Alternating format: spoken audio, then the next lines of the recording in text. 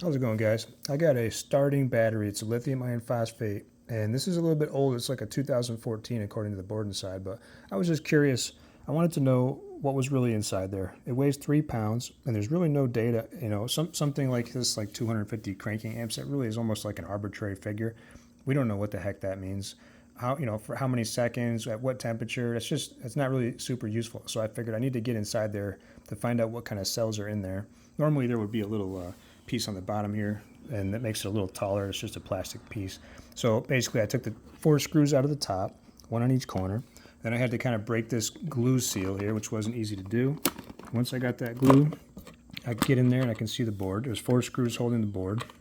So what this is really just a balancing board.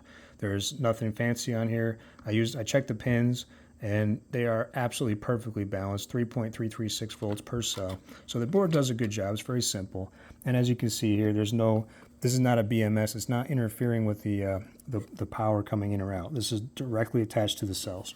There's 8 screws in the bottom. If you slide a long screwdriver here, you got 1, 2, 3, 4. Take those 8 screws out, 4 on each side, and then you can slide this out and get a look at the cells. So you got 8 cells in here. It's 4 series, 2 parallel. And I was able to kind of, without having to even take this thing apart, I was able to peek under there and see the information on the cell. And it says 26650 UP, 2500 mAh. And I looked it up. I find that to be the DTB, the Ding Tai Battery Company.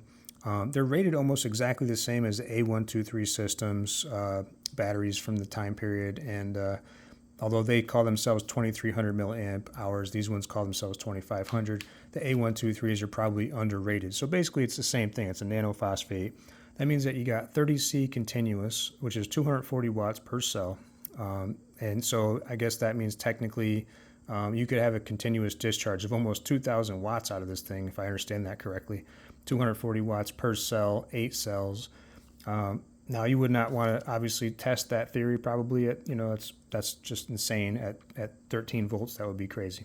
But anyways, it weighs about 3 pounds, which is the same as the NOCO size 9, even though this is claiming to be a size 14.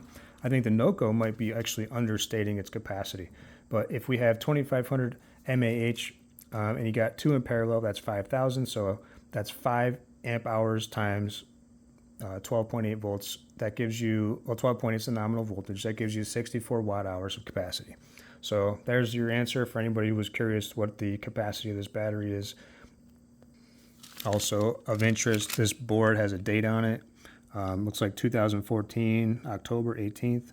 And the board works well, as simple as it is. I guess my main concern here is under voltage protection.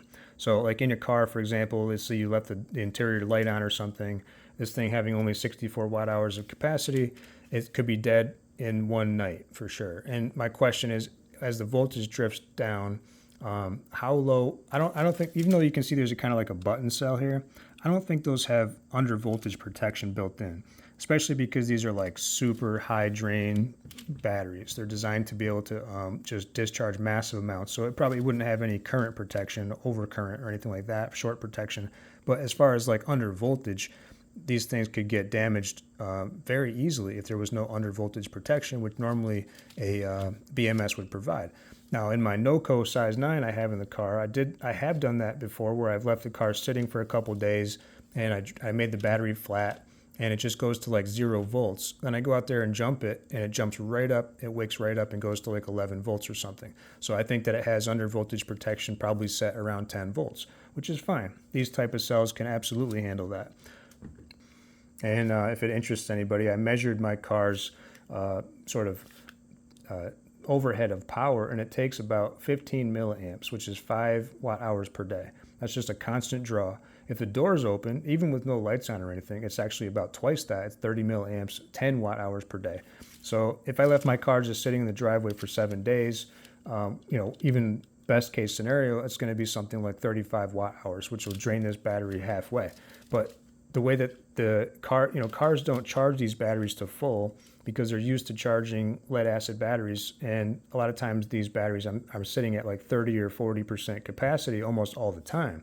So that means that let's say you had only 30 watt hours of capacity, and that means that my car would drain this thing dead in 6 days. of just sitting there, not running. So something to be aware of. All right, guys, if you have any questions or comments, please post them up. Thanks for watching.